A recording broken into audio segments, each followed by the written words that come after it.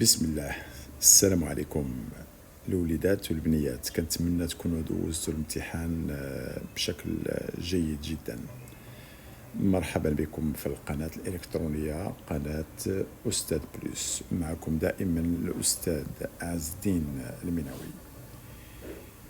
ايوا هاد لا فيديو كنقدمو لكم بهاد التاريخ اللي كتشوفوا قدامكم لو 9 جويي 2020، وانتم عارفين الامتحان ديال هاد العام 2020 كان في لو 6 جويي. سي اون اني اكسبسيونيل. الوغ علاش غادي نقدم لكم هادشي؟ باش الناس اللي بغاو يديروا مراجعه ويشوفوا شنو داروا، او الناس اللي غادي يراجعوا ما ساعفهمش الحظ وبغاو يوجدوا الدوره الثانيه باش يعرفوا الاخطاء ديالهم. وفي نفس الوقت لا فيديو غادي يبقى في لاشين باش يستافدوا منه الوليدات والبنيات اللي غادي يجيو ابخي لاني 2020. الوغ هاد لا فيديو غادي نشوفوا فيه l'exercice de chimie, la partie numéro 1 avec une solution bien détaillée, bien sûr de l'examen national 2020 session normale branche PC. Marhaban. Voilà le sujet. Comme vous voyez, dans la partie numéro 1, l'étude d'une solution aqueuse d'ammoniac. Alors je reprends l'énoncé.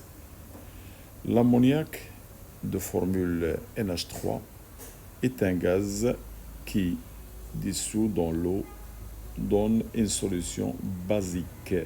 Alors faites attention, c'est une base.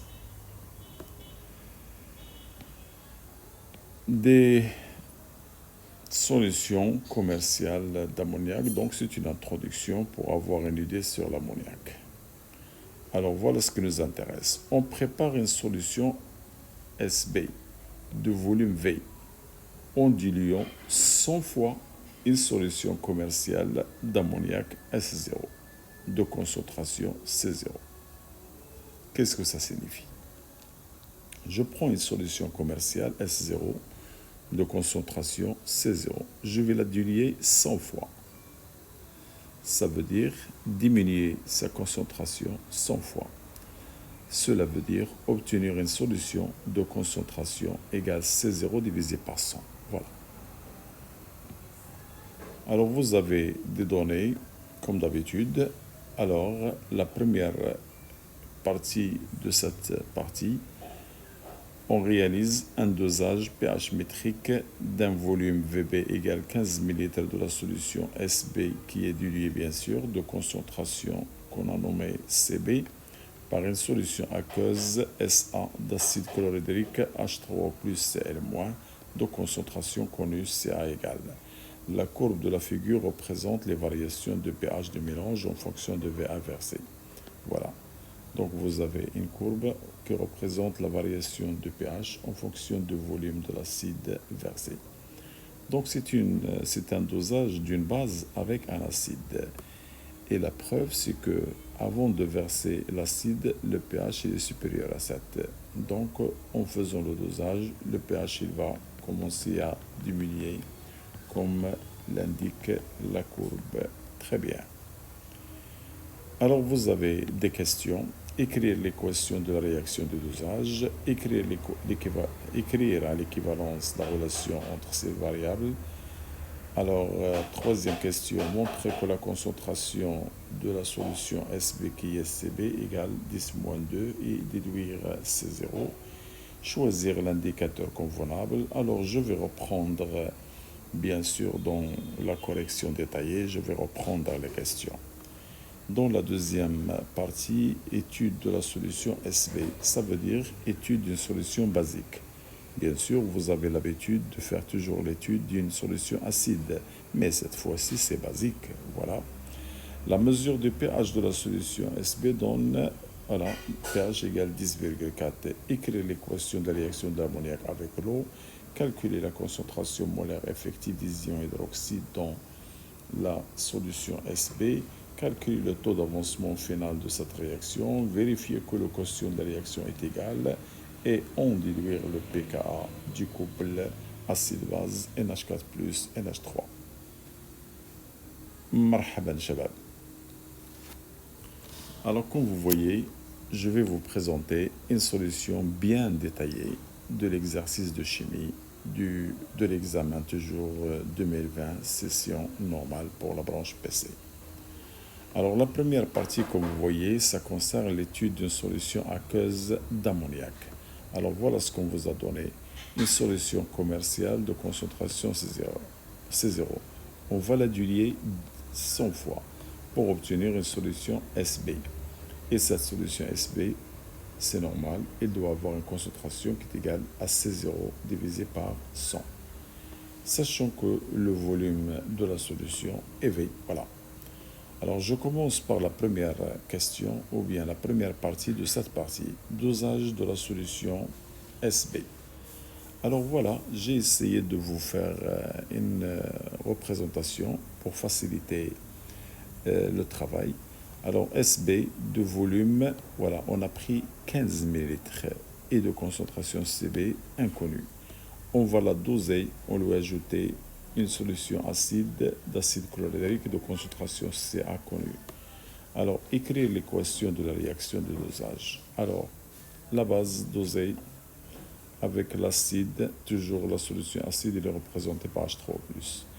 Et comme vous savez, l'acide, il cède H+, donc NH3, il va capter, il devient NH4+, et H3+, en cédant H+, il devient H2O. Alors, à l'équivalence, on sait que les deux réactifs, c'est-à-dire le réactif 1 et le réactif 2, sont limitants. Ou bien, on dit que le mélange est stoichiométrique. Cela veut dire que la quantité de matière de ce réactif divisé par le coefficient est égale à la quantité du deuxième divisé par le coefficient. La voilà. Et la quantité de la base, c'est CbVb, et la quantité de l'acide, c'est CaVa. Et je représente exactement VAE, c'est-à-dire le volume ajouté à l'équivalence. Voilà la relation demandée. Alors, on vous demande de montrer que la concentration de la base qui était inconnue, c'est 10-2. Alors, d'après cette relation, Cb est égal à CaVaE. D'après la courbe à l'équivalence, regardez, à l'équivalence, la méthode des tangentes. J'ai une première tangente et une deuxième. Je vais tracer la perpendiculaire, je vais diviser cette partie en deux et je trace la troisième. Le point d'intersection, il est là. Alors la projection, il va me donner le volume ajouté à l'équivalence, c'est 15.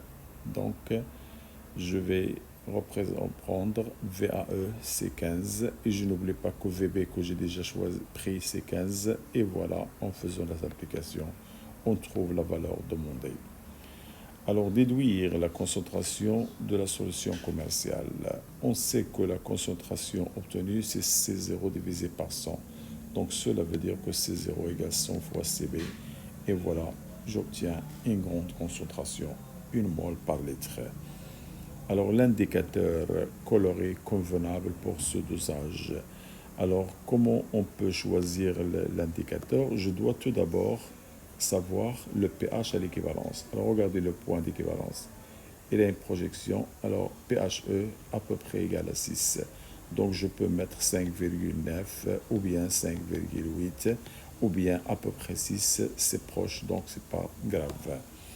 Alors, c'est le rouge de méthyle. Pourquoi le rouge de méthyle? Parce que sa zone de virage, il contient la valeur qui est égale à pHe, qui est égale à combien? À peu près 6 ou bien 5,8 ou 9. Alors voilà, c'est le rouge de méthyle car sa zone de virage, la voilà, contient quoi? Le pHe de l'équivalence. Deuxième partie de cette partie-là. Alors, étude de la solution SB. On a SB, alors on a déjà trouvé la concentration et on vous a donné le pH. Alors, équation de la réaction de l'ammoniac avec l'eau cette fois-ci. Donc, la base dans l'eau, qu'est-ce qui fait la base? Elle capte H+, donc c'est l'eau qui va céder H+. Alors, il devient NH4+. En cédant H+, il devient OH-. Calcul de la concentration molaire effective des ions OH- qui se trouve dans cette solution SB. Alors, vous avez le produit ionique, comme d'habitude, H3 plus OH moins égale KE. Comme ça, je peux déduire OH moins c'est KOH3 plus. Et je n'oublie pas que H3 plus c'est 10 moins pH. Je remplace, la voilà. Alors, en faisant l'application numérique, parce qu'on a tout, voilà, les données, donc on va trouver 3,98 10 à la puissance moins 4. Je peux marquer égal ou bien je laisse la valeur comme elle est. Voilà. Calcul de taux d'avancement final de la réaction. Alors, le taux, c'est X final sur X max ou bien X équilibre sur X max, c'est la même chose. X final ou X équilibre, c'est la même chose. Alors, je dois tracer le tableau d'avancement comme d'habitude. Voilà l'équation que vous avez.